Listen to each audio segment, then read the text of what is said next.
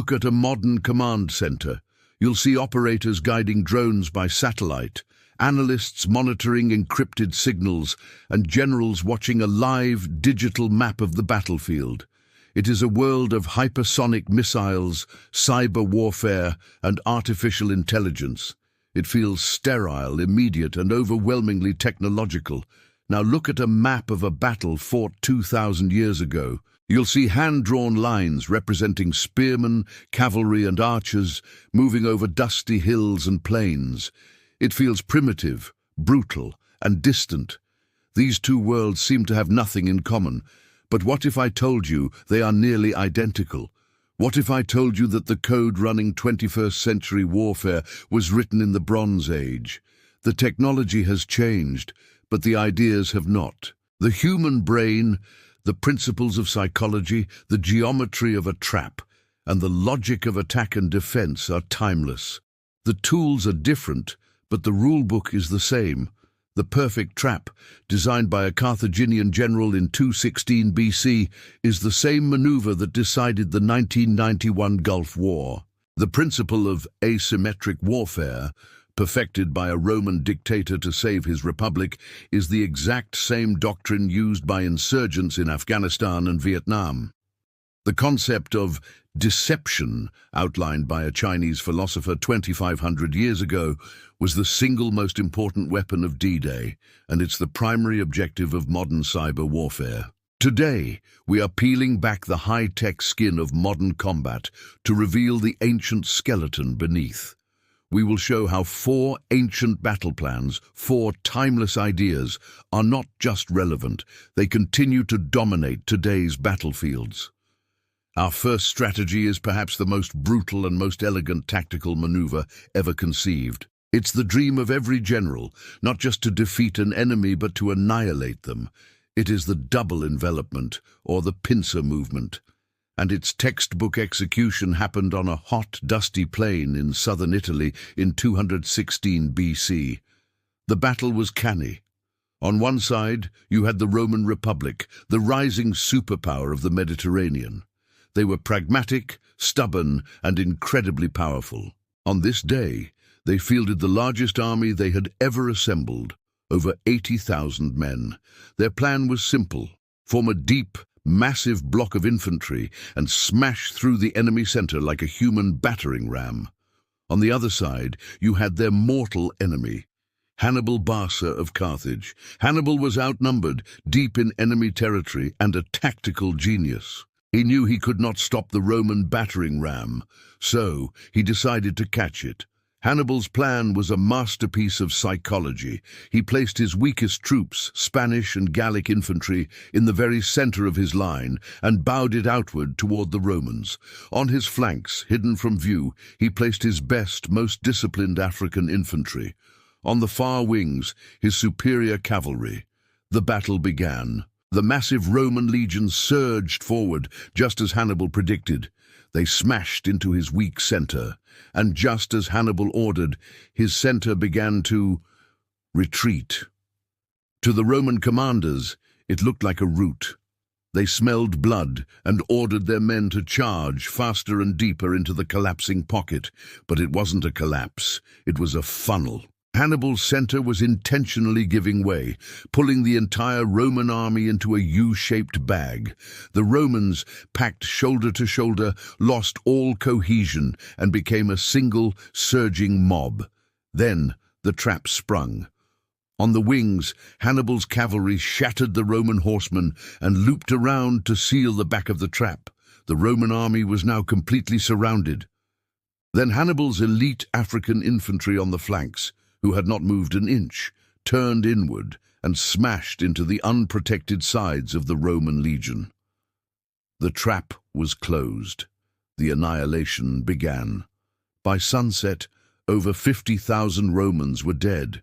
It was one of the bloodiest days in military history. Hannibal had used his enemy's own strength and aggression against them, luring them into a kill box from which there was no escape. This idea, this kessel, or cauldron, became the holy grail of warfare. The German army in World War II was obsessed with it.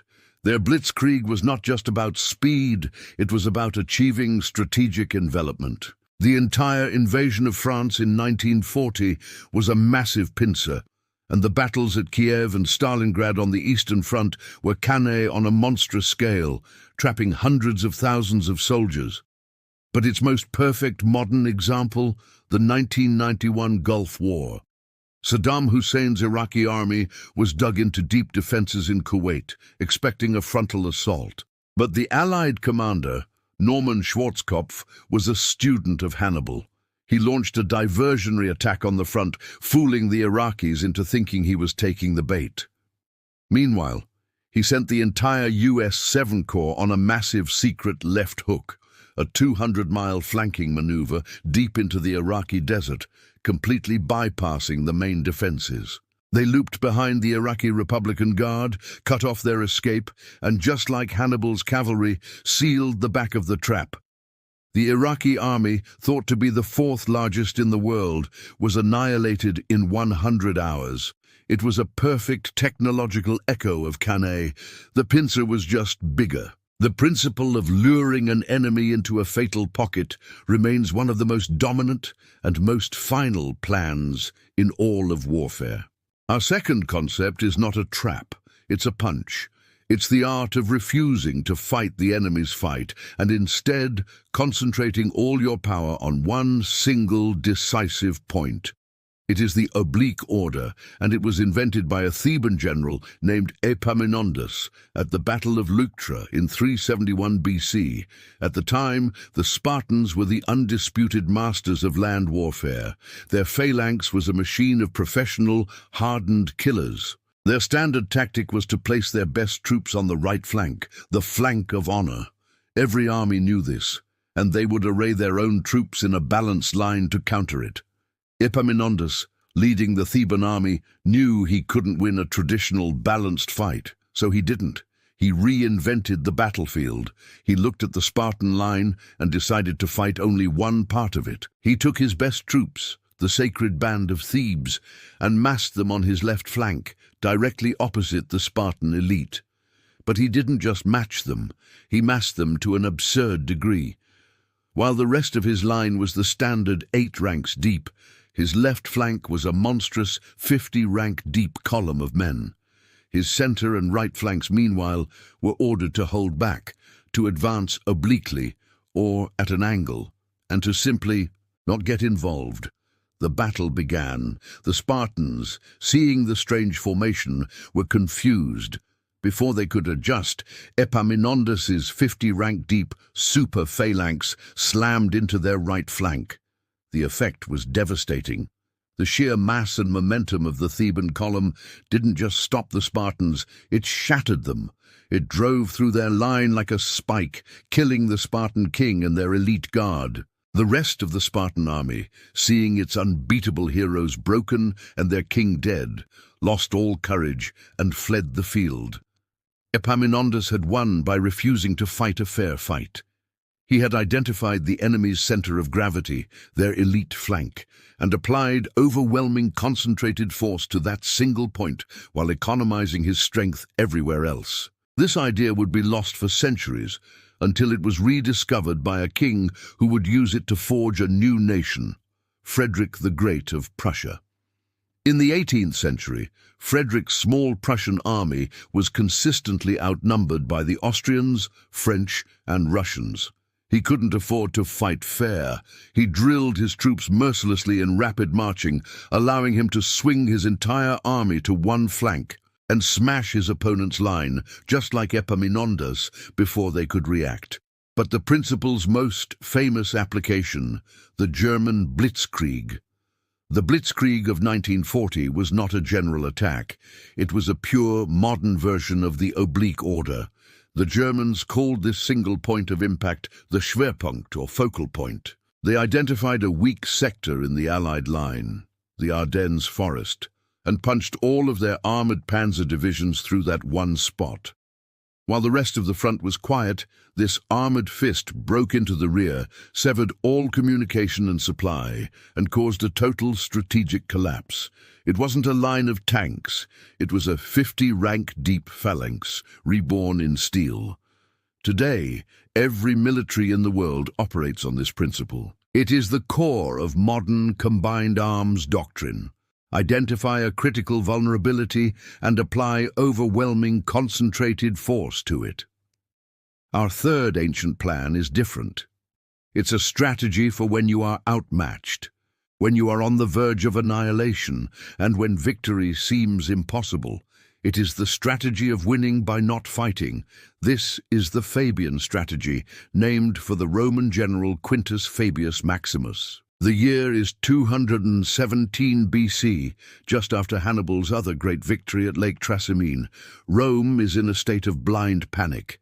Hannibal is rampaging through Italy, seemingly invincible in open battle. The Romans keep throwing armies at him, and he keeps destroying them. In this moment of crisis, the Senate appoints Fabius as dictator. The people are demanding one last glorious battle to drive Hannibal from their shores. Fabius, analyzing the situation, gives a shocking order. Rome will not fight Hannibal, ever. Instead of marching his new army to its death, Fabius begins to shadow the Carthaginian force. He stays in the hills, where Hannibal's cavalry is useless. He watches. When Hannibal's army stops to forage for food, Fabius sends small, harassing units to cut them down. He attacks their supply lines. He burns the fields in their path. He lays ambushes for their scouts. Fabius denies Hannibal the one thing he needs, a decisive, pitched battle. This drove the Romans crazy. They mocked him, calling him cunctator, or the delayer. But the strategy was working. Hannibal's army, with no supply base, was being slowly starved. Its morale was fraying. It was winning every encounter but losing the war. Fabius understood a profound truth. A war isn't just won on the battlefield. It's also won on the fields of logistics, time, and popular will. He was willing to trade land, prestige, and popularity for Rome's ultimate survival. The Romans, impatient, eventually replaced Fabius. They assembled their massive army, marched to Cannae to finally crush Hannibal, and were completely annihilated, just as Fabius had warned. It was only after this catastrophe that Rome readopted his strategy, which ultimately bled Hannibal's army dry and saved the Republic.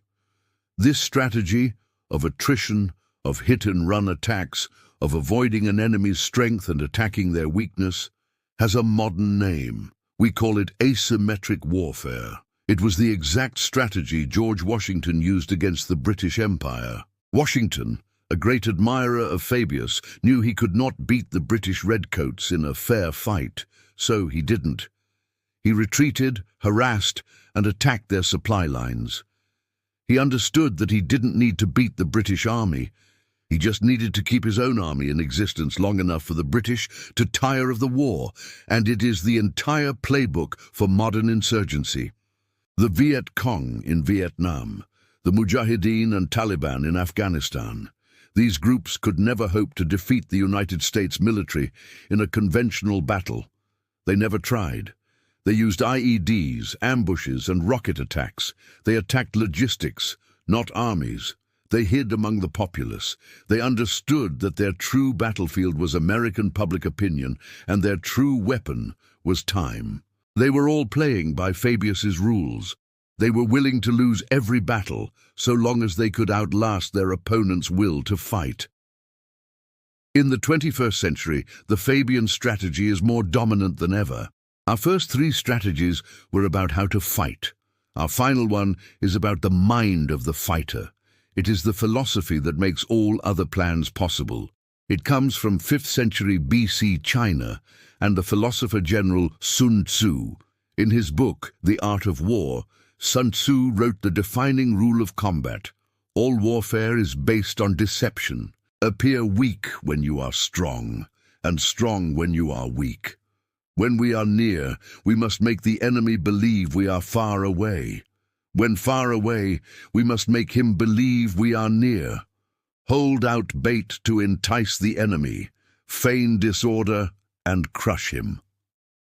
This is not a battle plan. It is a psychological weapon. It is the art of manipulating your enemy's perception of reality, of making them doubt their own eyes and ears, of paralyzing their decision-making.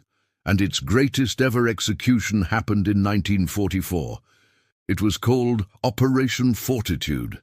The Allies were preparing for D-Day, the invasion of Normandy. The problem was, the Germans knew an invasion was coming. They just didn't know where. The most logical and shortest route was at the Pas de Calais. The Germans had stationed their most powerful army there, the 15th, complete with its best panzer divisions. If the Allies landed at Normandy and the 15th Army counterattacked, the invasion would be pushed back into the sea. The Allies had to keep that army at Calais, so they launched Operation Fortitude, a plan to convince the Germans, with absolute certainty, that the real invasion was coming to Calais and that Normandy was just a diversion. To do this, they created a ghost army. It was called FUSAG, the 1st U.S. Army Group. It was given a famous commander, General George S. Patton, and it was stationed in southeast England, opposite Calais.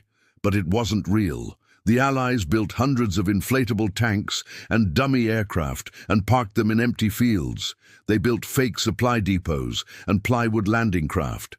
They sent thousands of fake radio signals, broadcasting divisional movements and tank orders, all for German intelligence to intercept. They even used double agents, like the famous Garbo, to feed false reports to German high command, confirming that Patton was preparing to lead the main attack. The deception was total. On June 6, 1944, when the Allies landed at Normandy, Hitler and his high command refused to believe it was the real invasion. They were convinced it was the feint. For 7 crucial weeks after D-Day, Hitler kept his main panzer divisions at Calais, waiting for Patton's ghost army, an army that would never come. That delay, bought entirely by deception, allowed the Allies to build their beachhead and break out into France. The most important battle of the Western Front was won not by bullets, but by inflatable rubber and fake radio chatter. Today, this ancient principle is the bleeding edge of modern conflict. It's just called information warfare. Why build an inflatable tank when you can create a deep fake of a politician? Why send a spy when you can hack an enemy's command network and feed them false GPS coordinates? Modern cyber warfare is pure Sun Tzu. It's about spreading disinformation on social media to sap civilian morale. It's about spoofing radar signals to make a fleet of ships invisible, or to create a phantom air force. It is the same 2,500-year-old goal, to paralyze the enemy by making them incapable of trusting what they see. From Hannibal's trap at Cannae, we see the echo of the Gulf War's left hook. From Epaminondas' tilted phalanx, we see the 50-rank deep punch of the Blitzkrieg. From Fabius and his War of No Battles, we see the modern insurgent trading time for blood. And in the inflatable tanks of D-Day, we see the timeless wisdom of Sun Tzu. The technology of war will always change. We've gone from the spear to the cannon, to the drone, to the algorithm. But the operating system that technology runs on, the human brain, has not been updated in 50,000 years. We are still driven by the same fear, the same aggression, the same overconfidence, and the same cleverness as Hannibal and his Roman foes. Strategy is not about weapons. It's about psychology. It's about geometry. It's about knowing when to be a lion and when to be a fox. As long as conflicts are decided by human beings, the playbook will remain the same. The battlefields of tomorrow will be dominated by the same ideas that won the battles of yesterday. The ancient plans are not history. They are a blueprint, waiting for the next war to call them into service.